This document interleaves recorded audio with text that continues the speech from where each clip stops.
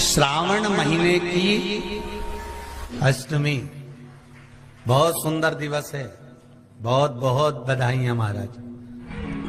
वो दुर्गा कोई साधारण नहीं है, वो दुर्गा कोई सहज नहीं है महाराज। शिव पंचायत में माता दुर्गा भवानी के बैठने के कुछ कारण और है। पशुपति व्रत में पहला दिया, जो 5 दिए लगाए जाते हैं, उसमें पहला किसका है? जम के बोलो जरा, मां दुर्गा। दूसरा दीप पशुपति व्रत में जो दूसरे नंबर का दिया लगाया जाता है, वो दीप हमारे कुल देवी, कुल देवता, पितृदेव, आहुत देव, वासुक देव, जो भी आपके घर के देवी देवता हैं, उसके निमित्तार्थ लगाया जाता है। दूसरा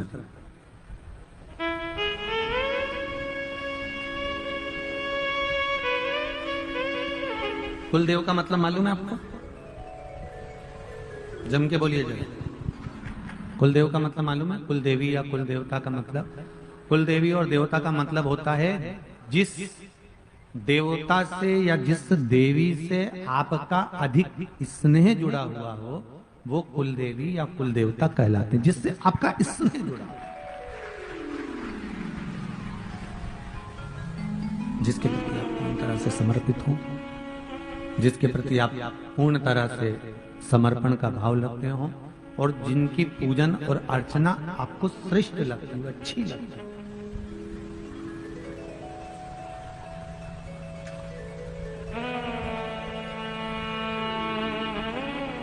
क्या काम है कुल देवी देवता का? घर में 3 तरह के तुलसी के क्यारे होते हैं।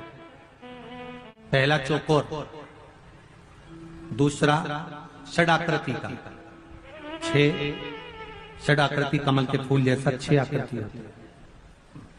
तीसरा गोल।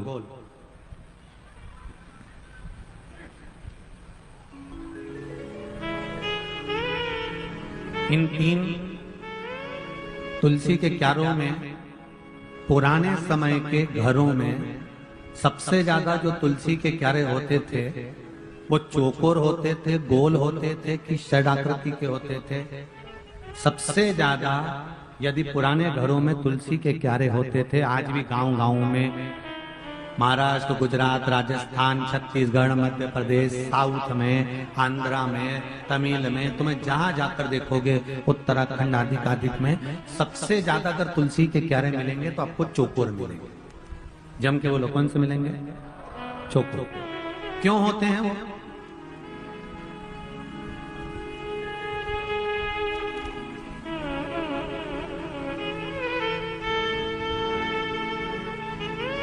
किस लिए? क्या कारण होता है चौकोर तुलसी के क्यारे?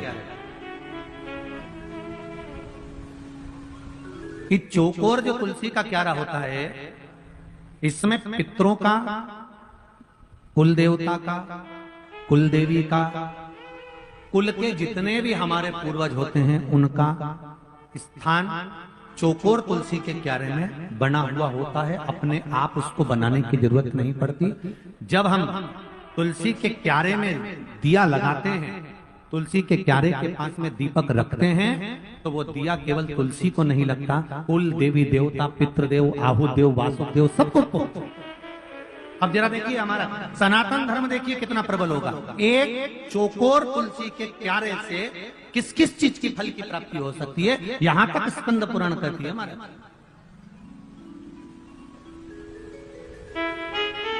किस किस के यहां पर चौकोर तुलसी का क्यारा? जरा हाथ उठाओ। सबके यहां? अरे वाह, धर लो जरा, धर लो, बहुत बड़ी। चौकोर तुलसी का क्यारा किस किस चीज की फल देता है? चौकोर तुलसी के क्यारे में अगर परिधि होती है, परिधि से मतलब होता है, चौकोर जो क्यारा होता था उसमें 3-4 परिधियां होती थी। अलग अलग। तो उसमें नीचे से फैला होता था, फिर अंदर से सकड़ा होता था, फिर चौड़ा होता था, फिर सकड़ा होता था, फिर ऊपर जाके चौड़ा हो जाता था। तो तुलसी का जो क्यारा होता था उसमें कुल देवी, कुल देवता, पितृदेव, आहुदेव, वासुदेव और तुलसा महारानी का उसमें स्थान होता है। क्या फल देता है कुल देवी देवता, क्या फल देते हैं? चौकोर तुलसी का क्यारा क्या फल देता है? तो कुल देवी, कुल देवता का क्या काम है? तो उनका एक काम है वंश की वृद्धि करना।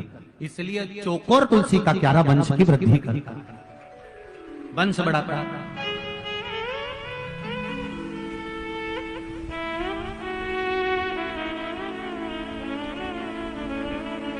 अगर चौकोर तुलसी के क्यारे में बहू विवाह कर आई, बेटी अगर विवाह कर आई ससुराल में, और ससुराल में आने के बाद उसने एक नियम ले लिया कि मुझे तुलसी के क्यारे में जल डालना है, घी का दिया लगाना है, दीप लगाना है, तो उसके घर में कभी वंश की कमी नहीं हो सकती, वंश बढ़ेगा ही, चाहे वर देना पड़ेगा। स्वयं यशोदा जी का चरित्र करता है, स्वयं यशोदा जी का चरित्र। यशोदा जी की माता जी, माता यशोदा की मां पाटला देवी,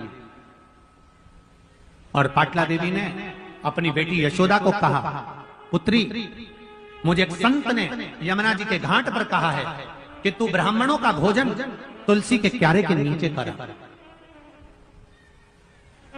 और श्रावणी पूर्णिमा के दिन अगर तू ब्राह्मणों का भोजन कराएगी, तुलसी के क्यारे के नीचे दीपदान करेगी, और अगर तू ब्राह्मणों का भोजन कराएगी तो बेटी तेरी भी गोद जरूर संतान से भरेगी। ये पक्का कहती हूं। माता पाटला देवी ने अपनी पुत्री यशोदा को यह बात कही। चौकोर तुलसी का क्यारा क्या बढ़ाता है घर में? जम के बोलो सभी लोग, वंश बढ़ाता है। दूसरे नंबर पर तुलसी का क्यारा होता है षड आकृति का, 6 कोने होते हैं, षड आकृति का, षटकोण जैसा होता है। ये काय के लिए होता है? तो कहा ये घर में आने वाली समस्या को दूर करता है। षड आकृति का तुलसी का क्यारा। और एक तुलसी का क्यारा होता है गोल, जिसको कुंड कहते हैं, कुंडी कहते हैं, जिसमें तुलसी लगी होती है। गोल तुलसी का क्यारा स्कंद पुराण कहती है ये व्याधियों को हरता है। काय को हरता है? व्याधियां। जिसके घर में गोल तुलसी का क्यारा होता है, घर में अगर अनहोनी होने वाली होती है तो 2 दिन पहले, 4 दिन पहले, 6 दिन पहले, 8 दिन पहले ऐसा हृदय में महसूस होना चालू हो जाता है कि कुछ होने वाला है। जिस की यहाँ पर गोल तुलसी के क्यारे होंगे उसको इस चीज का अंदाजा होगा कि उसके घर में कहीं ना कहीं उसको भान होने लगता है कि कुछ होने वाला है, कुछ ऐसा घटने वाला है, कुछ ऐसा होने वाला है। उसको भान हो जाता है, उसको स्मरण हो जाता है।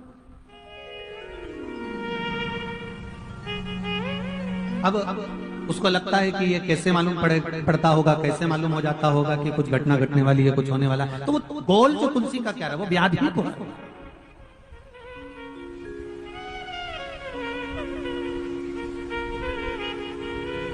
वो व्याधि का हरण कर ले। 3 कुंडों का स्मरण है महाराज। स्कंद पुराण में आप इसका ध्यान करेंगे तो आपको आनंद की अनुभूति होगी। और करो, तुलसा जी का स्मरण किया था कि माताएं बड़े स्मरण में रहे।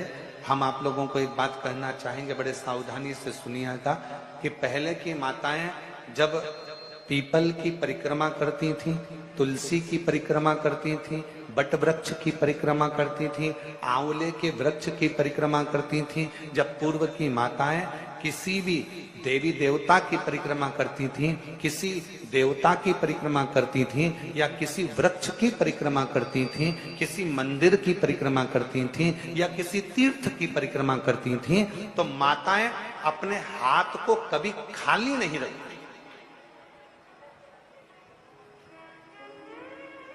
अब आस्था चैनल पर जितनी मेरी माताएं कथा सुन रही हैं, जितनी मेरी जीजियां कथा श्रवण कर रही हैं ऑनलाइन, शिव महापुराण की कथा, शिवपुत्री शिव कथा को जो सुन रही हैं, और यहाँ जो ऑफलाइन आप लोग श्रवण कर रहे हैं, तो आपके भी स्मरण में होगा। किसी किसी माताओं ने अगर देखा हो तो हमको लगता है कि आप में से किसी ना किसी ने देखा होगा कि माताएं जब तुलसी की परिक्रमा करती थी तो हाथ में या तो चावल का दाना रख लेती थी, एक परिक्रमा करके आई डाल दिया, चिरौंजी का दाना रख लेती थी, परिक्रमा करके आई डाल दिया, मूंगफली का दाना रख लेती थी, परिक्रमा करके आई डाल दिया, या कोई मखाना रख लेती थी, बादाम रख लेती थी, किशमिश रख लेती थी, दांत चिरौंजी रख लेती थी, कोई पिंड खजूर रख लेती थी, कोई फल रख लेती थी और घूम के आएगी और डाल देगी। देखा है कि नहीं देखा तुम लोगों ने?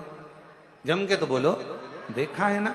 वो चरित्र पूर्व की जो माताएं, पूर्व की जो मेरी जीजियां जो करते आई हैं, उनको किसने बताया? कौन ने कहा कि अपने हाथ को कभी खाली रखकर परिक्रमा नहीं करी जाती? आज के जमाने में तो लोग परिक्रमा भी करते हैं, हाथ तो इनका खाली नहीं रहता, बस कोई दाना नहीं होता, हैंडसेट मोबाइल होता। कभी कोई परिक्रमा, कभी भी कोई परिक्रमा खाली हाथ कभी मत करो, कभी। तुलसी जी की परिक्रमा कर रहे हो, हाथ में भले जल का पात्र रख लो। किसी वृक्ष की परिक्रमा कर रहे हो, अपने हाथ में कोई दाना रख लो।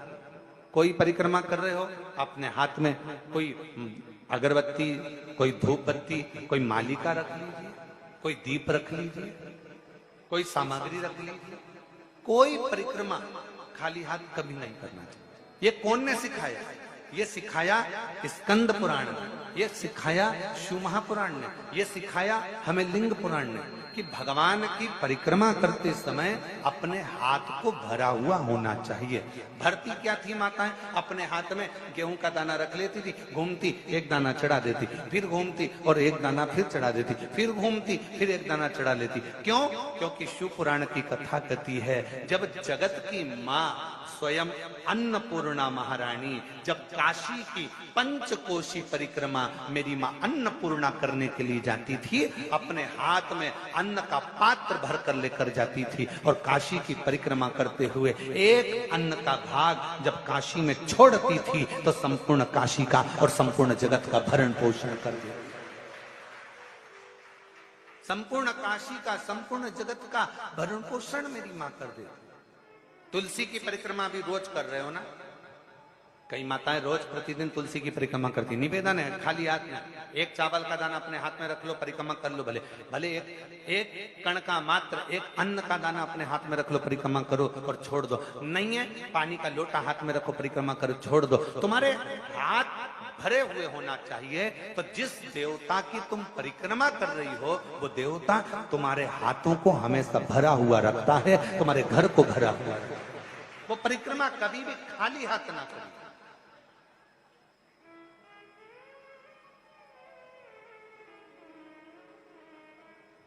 और यदि हाथ में कोई अन्न का दाना नहीं है, कोई सामग्री नहीं है, कोई पदार्थ तुम्हारे हाथ में नहीं है, तो हाथ में तुलसी या रुद्राक्ष की माला रख लो, गौमुखी रख लो और परिक्रमा करते समय वो हाथों से भर कर रख लो। कुछ भी हाथ से भरा होना चाहिए जो परमात्मा की शरणागति का, भगवान की शरणागति का सुख प्रदान करते, जो भगवान की शरणागति का सुख, भगवान की शरणागति के सुख को प्रदान कर।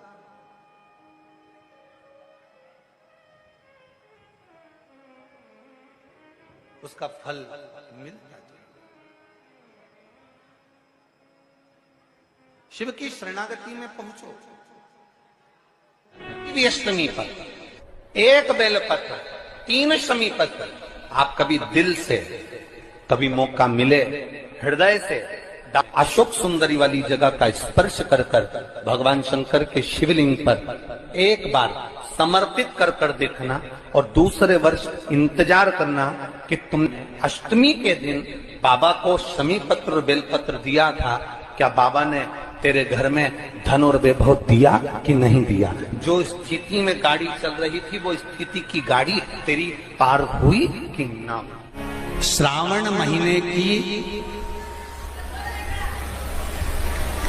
दोनों अष्टमियों में से कोई भी अष्टमी, ये भी जरूरी नहीं है कि सोमवार की ही अष्टमी थी। श्रावण महीने की दोनों अष्टमियों में से कोई भी अष्टमी को, आज भी नियम है महाराज, कोई मदिरा पान में डूबा है, कोई वेश्यावृत्ति में डूबा है, कोई मांसाहार में डूबा है, कोई गलत काम में जुए आदि में डूबा हुआ है, तुम छुड़ा कर रह गए कि मत जा, मत कर, तुम छुड़ा कर रह गए। तो शिव महापुराण का एक बड़ा सुंदर भाव वर्णन करा गया हमारा, बड़ा सुंदर भाव। महाराज शमी के 5 पत्ते, बेलपत्री के 5 पत्ते, बेर के 5 पत्ते, क्या क्या चीज है जरा जम के बोलो। शमी के 5 पत्ते, बेर के 5 पत्ते और बेलपत्री के 5 पत्ते। महाराज बेर के पत्ते पर लाल चंदन, बेलपत्री के पत्ते पर पीला चंदन, शमी के पत्र पर केवल कोई चंदन लगाने की जरूरत नहीं, सादा केवल एकदम कुछ भी उसमें लगाकर नहीं, सिंपल।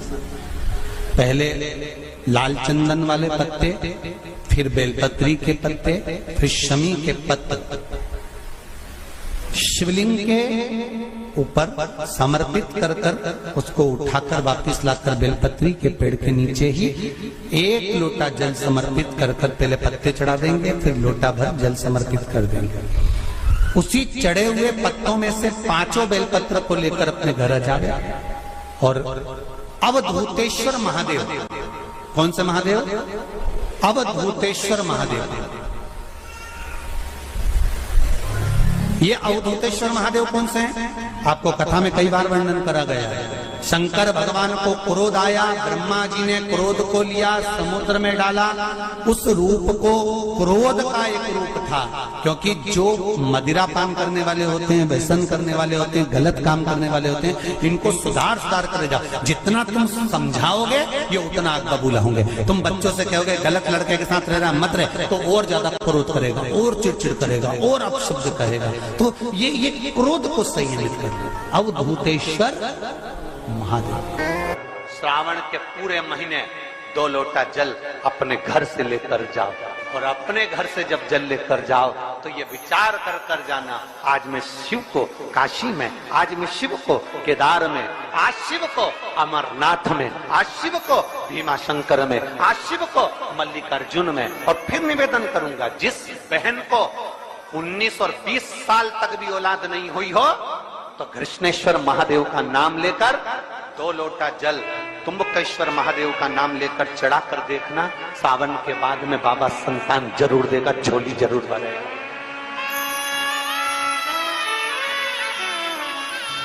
कहीं नहीं जाना, अपने नजदीक में, अपने घर के पास में, अपने मोहल्ले में, अपनी गली में, अपने चौराहे पर, अपने घर के पास में जो शिवालय हो, जो शंकर का मंदिर हो, वहां जाओ, 2 लोटा जल समर्पित करो।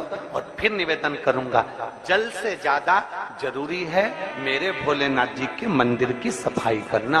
अब कीचड़ चालू हो जाएगा, पानी चालू हो जाएगा, सावन का महीना चालू हो जाएगा। अपने साथ एक कपड़ा लेकर जाओ, बाबा के मंदिर को पूरा साफ कर बाबा के शिवलिंग का स्नान कर बेलपत्र निर्माल्य जितना पड़ा है उसको उठाकर कहीं विसर्जन के लिए, किसी नदी तालाब बावड़ी में नहीं, किसी कुएं में नहीं, निर्माल्य तालाब में, नदियों में, बावड़ी में डालने के बाद वो निर्माल्य सड़ता रहता है, नदी नाले का पानी सूखता रहता है, उसमें कीचड़ इकट्ठा हो जाता है। उस निर्माल्य को इकट्ठा करो, गाड़ी में भरो, किसी एक खड्डा खोदकर वहां दबाकर उसकी खाद तैयार करो, और बाद में बेलपत्री के वृक्ष के नीचे उसको डालते रहो। और ध्यान रखना कि निर्माल्य हमें नदी तालाब बावड़ी कुएं में नहीं डालना, उसको एकत्रित करना।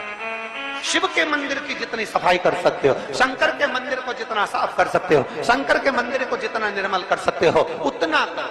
अपने मन में एक भाव बना लो, जैसे भगवान विष्णु ने एक भाव बनाया था, सावन के महीने में 108 कमल के पुष्प शंकर जी को दूंगा। पार्वती जी ने भाव बनाया था, श्रावण के महीने में शंकर जी को 2 लोटा जल समर्पित करूंगी। माता सती जो भगवान शंकर की अर्धांगिनी रही, उन्होंने भाव बनाया था, मेरे देवादिदेव महादेव को रिझाने के लिए मैं भगवान शंकर की 108 वृक्ष लता से स्नान कराऊंगी। ये अपने भीतर एक संकल्प अपने भीतर लेना है कि श्रावण के महीने में हमें शिव को कैसे रिझाना है।